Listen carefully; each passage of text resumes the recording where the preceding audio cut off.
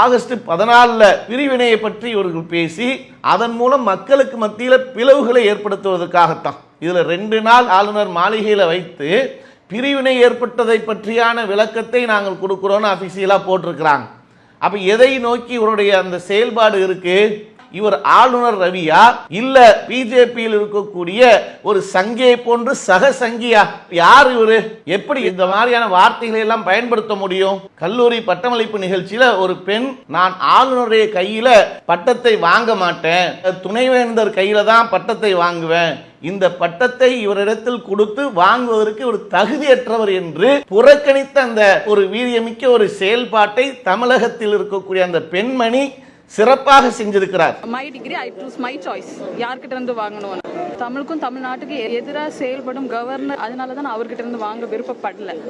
செய்தியும் சிந்தனையும் என்ற நிகழ்ச்சியின் மூலமாக பல்வேறு செய்திகளை பார்த்து வருகின்றோம். அதனுடைய தொடர்ச்சியாக இன்று நாம் பார்க்க இருக்கக்கூடிய நிகழ்வு, தமிழக ஆளுநர் RN ரவி அவர்கள் ராஜ்பவன் தமிழ்நாடு என்ற ட்விட்டர் பக்கத்தில் பதிவு செய்திருக்கக்கூடிய நிகழ்வு என்ன அப்படின்னு சொன்னால், இன்றைய நாளில் மக்கள் அனைவரும் இந்திய தேசம் ஆங்கிலேயர்களிடத்திலிருந்து விடுதலை பெற்று விடுதலை போராட்டத்தில் நம்முடைய முன்னோர்கள் எந்த அளவிற்கு அந்த வெள்ளையர்களை எதிர்த்து ஒரு வீரியமிக்க போராட்டத்தின் மூலமாக எவ்வளவு தியாகங்கள் செய்து இந்த தியாகத்தின் மூலமாக நாம் இந்த சுதந்திரத்தை பெற்றிருக்கோம் என்று இந்தியாவில் வாழக்கூடிய ஒவ்வொரு குடிமகன்களும் இது போன்ற ஒரு சிந்தனையில் இதை பற்றி இந்த நாளிலே நினைவுகூரக்கூடிய மக்களாக இருக்கின்றார்கள். ஆனால் ஆளுநர் ரவி அவர்களை சார்ந்த சங்கிகள்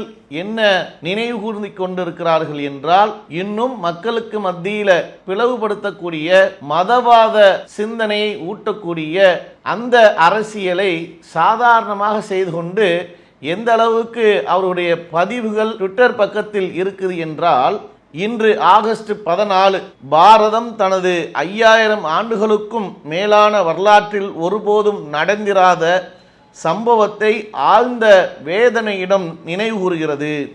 பாரத தாயின் பல லட்ச அப்பாவி குழந்தைகளை கொன்று முஸ்லீம்களுக்கு ஒரு தனி நாடு என்ற அடிப்படையில் முஸ்லீம் லீக் அதன் வன்மையை கட்டவிழ்த்து, முஸ்லீம்கள் காஃபிர்கள் என்று வன்முறையை கட்டவிழ்த்து, முஸ்லீம் லீக்கால் காஃபிர்கள் என்று முத்திரை குத்தப்பட்டு பல்லாயிரம் ஆண்டுகள் தங்கள் மூதாதையர்கள் வாழ்ந்த நிலத்திலிருந்து லட்சக்கணக்கான மக்கள் வேறெடுக்கப்பட்ட பிரிவினையின் காயங்கள் இன்னும் ஆறவில்லை. பல்வேறு போர்வையில் இதே போன்ற சக்திகள் இன்றும் அதிகரித்து வருவதால் ஆழ்ந்த உணர்வுடன் இதே நாளை பாரதம் நினைவு கூறுகிறது.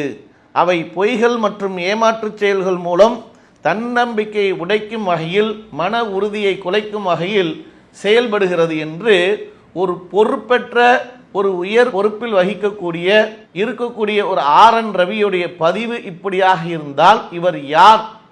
இவரை பற்றியான நிகழ்வு எப்படிப்பட்ட ஒன்றாக இருக்கு என்று இவருடைய ஹிஸ்டரி எடுத்து பார்த்தா, இவர் தமிழகத்திற்கும் இந்த இந்திய ஜனநாயகத்தின் அடிப்படைக்கும் எதிரானவர் என்பதை நம்ம பார்க்க முடியும். இந்த நாடு என்பது மதசார்பற்ற நாடு, மத சார்பின்மை இல்லாமல் நாடாக இந்திய தேசம் இருந்து கொண்டிருக்கு. இதுதான் இந்தியாவுடைய மிகப்பெரிய ஒரு வலிமையும் கூட. ஆனால் அதை சீர்குலைக்கக்கூடிய வகையில தான் இவர் போய் பேசக்கூடிய நிகழ்வுகள்லாம் பார்த்தீர்கள் என்றால், சனாதானத்தை பற்றி பேசுவார், மதத்தை பற்றி பேசுவார், ஒரு மதத்தை இழிவாக பேசுவார், ஒரு மதத்தை தீவிரவாதத்தை போன்று பேசுவார். இப்படி பேசக்கூடியவராகத்தான் ஆளுநர் ரவி தொடர்ச்சியாக இருந்து கொண்டிருக்கிறார். அதே நேரத்தில் தமிழகத்தின் வளர்ச்சியை, அதற்கான வேலைகளை முன்னெடுப்பதற்கு தமிழக அரசு முயன்றால் அதற்கு முட்டுக்கட்டை போடக்கூடியவர்களாகவும், தமிழகத்தை விமர்சிக்கக்கூடியவர்களாகவும், தமிழக மக்களை தமிழை இழிவாக பேசக்கூடியவராகத்தான் இந்த ஆளுநர் ரவி என்பவர் தொடர்ச்சியாக செயல்பட்டு கொண்டிருக்கிறார். அப்ப இந்த விஷயத்துல எந்த அளவுக்கு ஒரு பொறுப்பில்லாமல் நடந்து கொண்டிருக்கிறார்? ஒரு ஆளுநர் பொறுப்பில் இருக்கக்கூடிய நபர் எப்படி ஒரு பொறுப்போடு பேசணும்? ஒரு உயர் பதவியில் இருக்கக்கூடிய நீங்க யாருக்கான நபராக இருக்கிறீர்கள்? ஒரு மதம் சார்ந்த நபராக இருக்கிறீர்களா, இல்ல மதம் சார்பின்மை நாட்டில் இருக்கக்கூடிய ஒரு மாநிலத்தில் ஒரு ஆளுநராக இருந்தால் எப்படி பேச வேண்டும், இந்திய சுதந்திரத்தில் தியாகிகள் எந்த அளவுக்கு அவர்கள் அரும்பாடுபட்டு விடுதலையை வாங்கி கொடுத்திருக்கிறார்கள், எப்படி தியாகம் செய்திருக்கிறார்கள், இதை நினைவு கூர்ந்து பதிவு போட்டால் பாராட்டக்கூடிய ஒன்றாக இருக்கும். ஆனால் என்ன பதிவு போடுறார்கள் என்றால், பிரிவினைவாதம் ஆகஸ்ட் 14 பிரிவினையை பற்றி இவர்கள் பேசி அதன் மூலம் மக்களுக்கு மத்தியில் பிளவுகளை ஏற்படுத்துவதற்காகத்தான். இதுல 2 நாள் ஆளுநர் மாளிகையில வைத்து பிரிவினை ஏற்பட்டதை பற்றியான விளக்கத்தை நாங்கள் கொடுக்கிறோம் அபிஷியலா போட்டிருக்கிறாங்க. அப்ப எதை நோக்கி இவருடைய அந்த செயல்பாடு இருக்கு? மக்களுக்கு மத்தியில் இணக்கத்தை ஏற்படுத்தி, மக்களுக்கு மத்தியில் ஒற்றுமையை ஏற்படுத்தி, அதன் மூலம் இந்த நாட்டுடைய அந்த வலிமையை, மதசார்பின்மையை மேம்படுத்தி மக்களை நல்வழிப்படுத்தக்கூடிய ஒரு தலைவராக, ஒரு பொறுப்புள்ளவராக இருக்கிறீங்களா? இல்ல மக்களை பிரிவினை ஏற்படுத்தி பிளவுவாத அரசியலை ஒரு அரசியல்வாதி போல செயல்படுறீங்களா? உங்களுக்கு இந்த இடத்துல பொறுப்பு இருக்கு என்றால் நீங்க எந்த கட்சியிலையும் அடிப்படை உறுப்பினர் கிடையாது, எந்த கட்சிக்காரராகவும் இந்த இடத்துல செயல்பட முடியாது. இதுதான் அந்த பொறுப்புக்குண்டான அடிப்படை நிகழ்வாக இருக்கு. ஆனால் பொறுப்புல இருக்கக்கூடியவர் ஏதோ ஒரு பாரதிய ஜனதாவின் ஒரு உறுப்பினர் போன்றும், ஒரு மத்திய அமைச்சரை போன்றும், ஒரு எம்பியை போன்றும், எம்எல்ஏ போன்றும், பாஜகவுடைய கட்சியின் தலைவரை போன்று இன்னைக்கு பேசிக்கிட்டு இருந்தா, சங்கிகள் எப்படி பேசுவார்களோ அந்த சங்கிகள் பேசக்கூடியதை இவர் பிரதிபலிக்கிறார் என்றால் இவர் ஆளுநர் ரவியா, இல்ல பிஜேபியில் இருக்கக்கூடிய ஒரு சங்கியை போன்று சக சங்கியா? யார் இவரு? எப்படி இந்த மாதிரியான வார்த்தைகளை எல்லாம் பயன்படுத்த முடியும்? அப்ப எந்த அளவுக்கு இவர் இந்திய நாட்டில் இருக்கக்கூடிய மக்களுக்கு மத்தியில் பிரிவினை ஏற்படுத்தக்கூடிய ஒரு செயலை இவர் செய்து கொண்டிருக்கிறார். தற்போது பல்வேறு போர்வையில் இது மாதிரி சக்திகள் வளர்ந்து கொண்டிருக்கு. நாட்டில் மக்களுக்கு மத்தியில் பிரிவினை ஏற்படுத்துவதற்காக பல போர்வையில் வருகிறார்களாம். பல போர்வையில் வருவது யாரு? போர்வை போத்தி வர வேண்டியது இல்லையே. உங்களுடைய அந்த அறிவிப்பே தெரிகிறது. நாட்டுடைய சுதந்திரத்துக்கு போராடி அதனால் உயிர் நீத்த தியாகிகளை நினைவு கூறக்கூடிய வகையில் மக்கள் அனைவரும் அவர்களுக்குண்டான அந்த பதிவை சமூக வலைத்தளங்களில் எடுத்து போட்டு எந்த அளவுக்கு இந்த இந்திய தேசத்திற்காக அர்ப்பணித்திருக்கிறார்கள், போராட்டத்தில் ஈடுபட்டிருக்கிறாங்க, எவ்வளோ வீரியமிக்க செயல்பாட்டில் செயல்பட்டிருக்கிறார்கள் என்று இதை நினைவு கொண்டிருக்கும் போது பிரிவினையை பற்றி பேசி பிரிவினையை ஏற்படுத்தக்கூடிய அளவிற்கு இன்று அப்பட்டமாக செயல்படுறது யாரு? போர்வை போத்தி செயல்படுத்தவர்களை நீங்கள் தோண்டி துருவி ஆராய தேவையில்லை. உங்களுடைய செயல்பாடே பிரிவினையை உண்டு மண்டும் வகையில் இருக்கா இல்லையா? இது எவ்வளவு பெரிய ஒரு கண்டனத்துக்குரியது. நீங்க செயல்படக்கூடிய அந்த பொறுப்புக்கு உகந்ததா இது இந்த பதிவு? அப்ப இப்படிப்பட்ட ஒரு செயல்பாடுகளை இவர்கள் சர்வ சாதாரணமாக செய்கிறார்கள் என்றால் எந்த அளவுக்கு இவர்களுக்கு அந்த தைரியம் வந்திருக்கு? எந்த பொறுப்பு இருக்கோ அந்த பொறுப்புக்கு தகுந்த ஒரு பேச்சை இல்லாமல் பேசுகிறார்கள் என்றால் இவர்கள் மக்களின் விரோதியாகத்தான் பார்க்கப்படுவார்கள். அதனால தான் இன்று கல்லூரி பட்டமளிப்பு நிகழ்ச்சியில ஒரு பெண், நான் ஆளுநருடைய கையில பட்டத்தை வாங்க மாட்டேன், துணைவேந்தர் கையில தான் பட்டத்தை வாங்குவேன், இந்த பட்டத்தை இவரிடத்தில் கொடுத்து வாங்குவதற்கு ஒரு தகுதியற்றவர் என்று புறக்கணித்த அந்த ஒரு வீரியமிக்க ஒரு செயல்பாட்டை தமிழகத்தில் இருக்கக்கூடிய அந்த பெண்மணி சிறப்பாக செஞ்சிருக்கிறார். My degree I choose my choice. யார்கிட்ட இருந்து வாங்கணும்?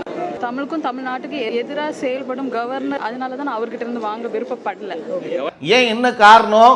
ஆளுநர் ரவி என்பவர் இவர் தமிழகத்திற்கு எதிரானவர், தமிழ் இனத்துக்கு எதிரானவர், மத சார்பின்மைக்கு எதிரானவர். இவர் கையில நான் இந்த பட்டத்தை வாங்குவது அவமானமாக கருதுகிறேன், ஆகையால் இவருடைய கையில் நான் பட்டத்தை வாங்க மாட்டேன் என்று அந்த பெண்மணி அவரை புறக்கணித்து புறந்தள்ளி பட்டத்தை கொடுத்து மகிழ்வோடு வாங்கி செல்லக்கூடிய சம்பவத்தையும் செஞ்சிருக்காங்கன்னு சொன்னா, அப்படிப்பட்ட ஒரு நபராகத்தான் இன்று இந்த ஆளுநர் ரவி என்பவர் இருக்கின்றார்.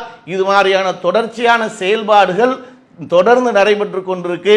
இதே மாதிரி இவர் முன்பு நாகாலாந்து மாநிலத்தில் ஆளுநராக இருக்கும் போதும் அந்த மாநிலத்தின் வளர்ச்சிக்கும் அந்த மாநிலத்தின் மக்களுக்கும் எதிராகவும் இதே மாதிரியான மதசார்பை நாட்டுடைய அந்த வலிமையை சீர்குலைக்கக்கூடிய வகையில மத துவேஷத்தை உண்டு பண்ணும் வகையில தான் இவருடைய செயல்பாடுகள். அங்கே இருந்து நீக்கப்பட்ட பிறகுதான் அங்கே இருக்கக்கூடிய கட்சிகள் சொல்றாங்க, இவர் ஆளுநர் பொறுப்பை விட்டு போன பிறகுதான் நாகாலாந்தில் இருக்கக்கூடிய மக்கள் பெருமூச்சு நிம்மதி விட்டு கொண்டிருக்கிறார்கள் என்று சொல்லும் அளவுக்கு இவருடைய செயல்பாடு அங்கேயே நாரடித்து போய்விட்டது. அதே செயல்பாடை போன்றுதான் தமிழகத்திலும் இவர் நிகழ்த்தி கொண்டிருக்கிறார். இவர் தமிழக ஆளுநராக நீடிப்பதை மக்கள் ஒருபோதும் விரும்பவில்லை. இவர் எப்போது துரட்டி அடிக்கப்படுவார் என்பதை அந்த நாளை எதிர்பார்த்து காத்து கொண்டிருக்கிறார்கள். ஆகையால் இவர் இந்த ஆளுநர் பொறுப்புக்கு தகுதியற்றவர் தான் என்பதை இந்த பதிவின் மூலமாக மக்கள் விளங்கி கொண்டிருக்கிறார்கள் என்பதை இதன் மூலம் தெரிவித்துக் கொண்டு நிறைவு செய்கின்றேன். அஸ்ஸலாமு அலைக்கும் வரஹ்மத்துல்லாஹி வபரகாத்துஹு. அல்லாஹு அக்பர், அல்லாஹு அக்பர்.